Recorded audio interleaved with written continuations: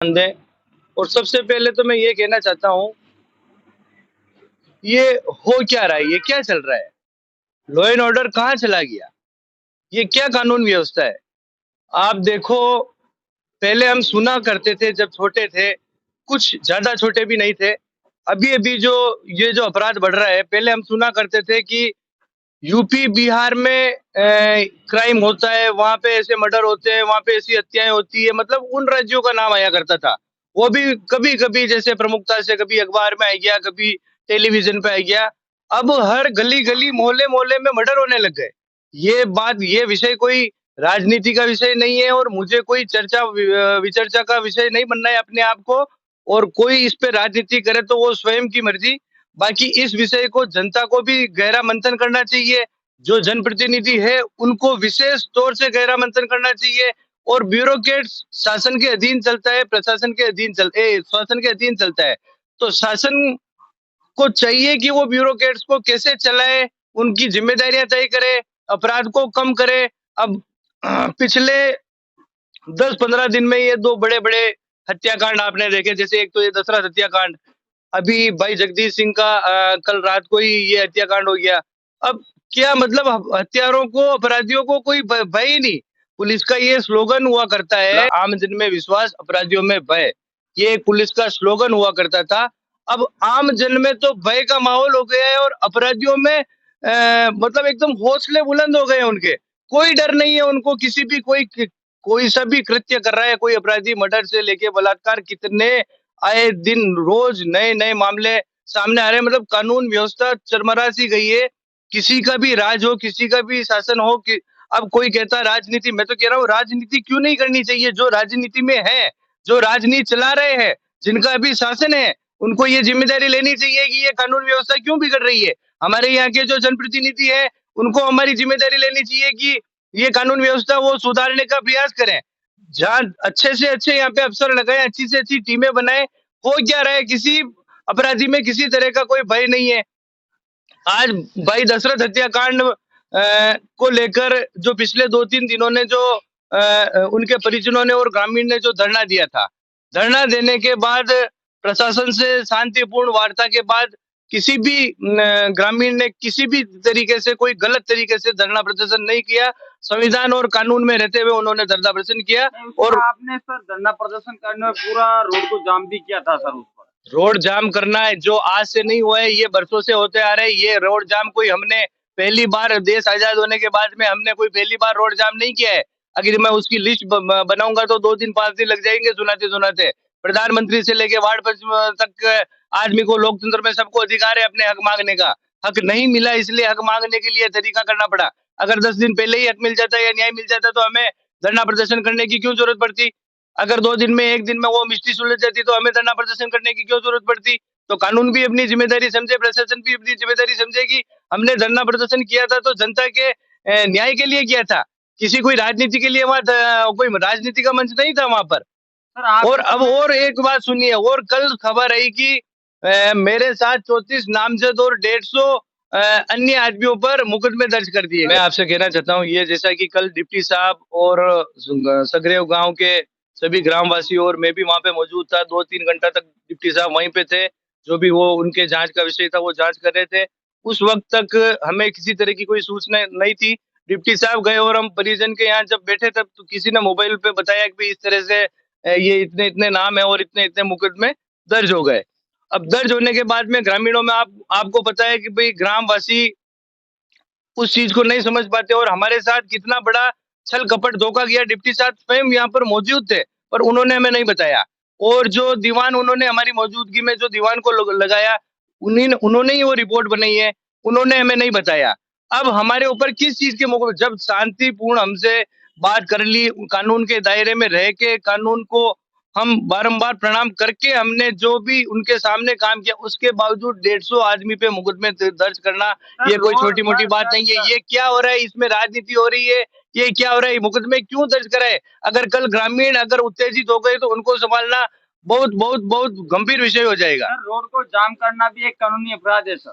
अगर ये कानूनी अपराध है तो ये कानूनी अपराध हमने किया है, और हमने इसलिए किया है क्योंकि हमें समय पर न्याय नहीं मिला था। इसलिए ये में हमने कानूनी अपराध किया है। अगर ये कानूनी अपराध है तो मैंने आपको पहले भी बताया, वार्ड पंच से लेकर प्रधानमंत्री तक ये अपराध संविधान में एक हक मांगने का एक संवैधानिक तरीका है। उस तरीके से सब मांगता है। हमने कोई ग्रामीण वालों ने कोई अनोखा या पहला ऐसा कार्य नहीं किया जिससे लोगों को, पिछले भी बहुत सारे ऐसे धरना प्रदर्शन होते हैं, कितने आदमियों पर पिछले ये मुकदमे दर्ज हुए। मुझे ये बताओ कितने आदमियों पर इतने मुकदमे दर्ज हुए। एक साथ 150 आदमियों पर मुकदमा दर्ज करना ये कोई छोटा विषय नहीं है। वो भी बिना, जब एक शांतिपूर्ण समझौता होने के बाद में 150 आदमियों पे मुकदमा दर्ज करके क्या साबित करना चाहते हैं? हमें शासन वाले डराना चाहते हैं या प्रशासन वाले डराना चाहते हैं? पता तो चले करना क्या चाहते हैं। और ये हो क्यों रहा है? एक तरफ तो जब मैं किसी का, इसमें कोई राजनीति, मैंने पहले भी कहा, मैं तो सच्चाई पे चलना है और सच्चाई पे ही चलूंगा। और बजरंगबली की सौगंध खाके कहता हूँ, अगर मुझे किसी एक 0% भी कोई, मुझे या कोई फेमस होना हो या कोई श्रेय लेना हो, कोई 0% राजनीति नहीं करनी है। मैं कहना चाहता हूँ माननीय हमारे विधायक महोदय से, कल आप एक पाठ में पधारे थे और आपने संबोधित किया था और उसमें कहा था कि 29 आदमियों पे जो कांग्रेस राज में मुकदमे दर्ज हुए हैं, वो ऐसी सरकार थी जिसने मुकदमे दर्ज किए हैं, वो मुकदमे में वापस हटवाऊंगा। मैं उनसे पूछना चाहता हूं कि अभी किसका राज है?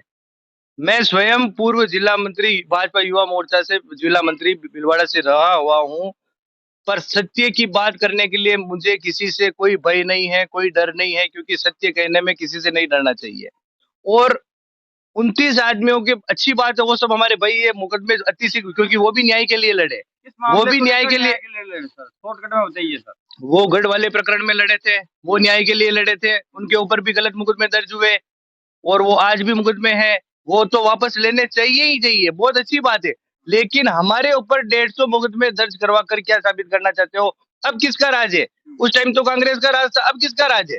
तो हमारे ऊपर 150 मुकदमे दर्ज क्यों हुए? इसका जिम्मेदार कौन है?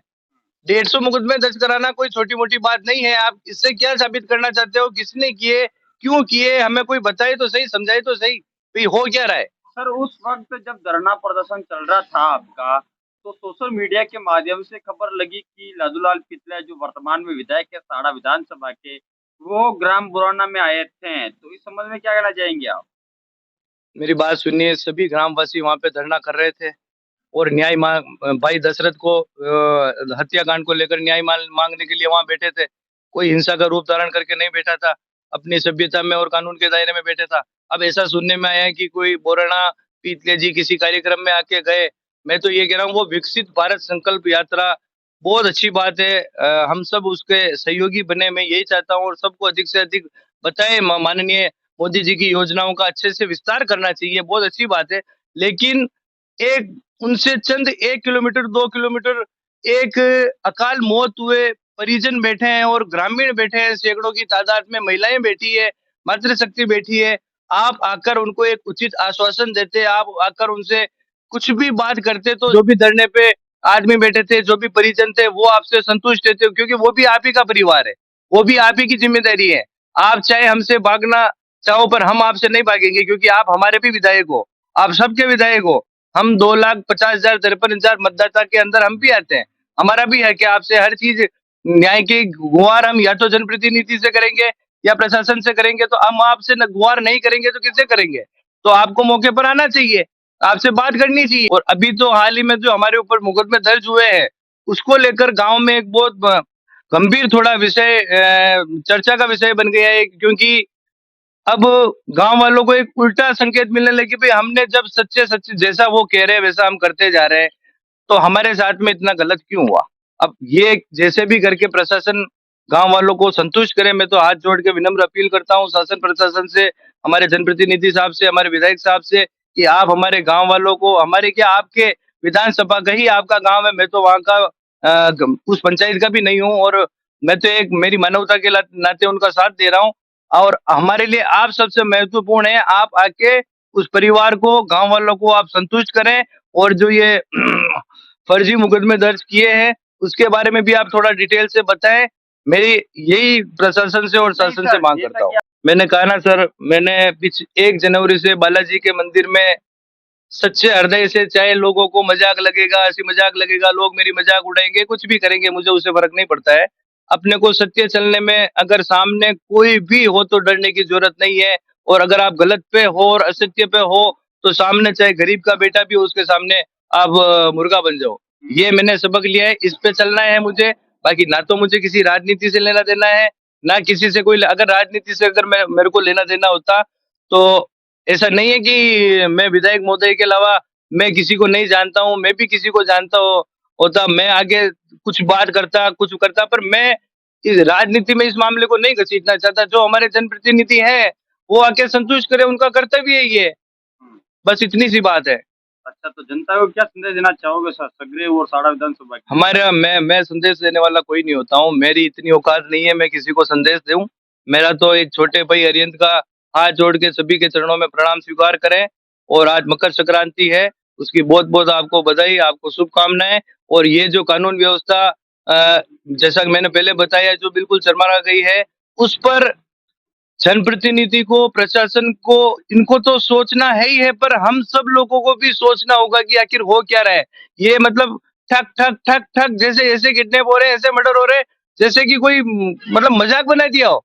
अरे आज मेरे साथ भी हो जाएगा, कल किसी के साथ होगा। आज कम से कम हजारों की तादाद में महिलाएं, बच्चे छोटे छोटे आज बकरियां चराने जाते हैं। तो ये हादसा तो कभी भी किसी के साथ भी हो सकता है। ये बहुत बड़ा विषय है सोचने का, इसको हल्के में न लिया जाए। चाहे शासन हो, प्रशासन हो, आम नागरिक हो, इसको थोड़ा इस विषय को गंभीर समझकर लड़े। आप कानून से लड़े, चाहे प्रशासन से लड़े, चाहे शासन से लड़े, पर गंभीर समझकर लड़े आप। जी, धन्यवाद सर।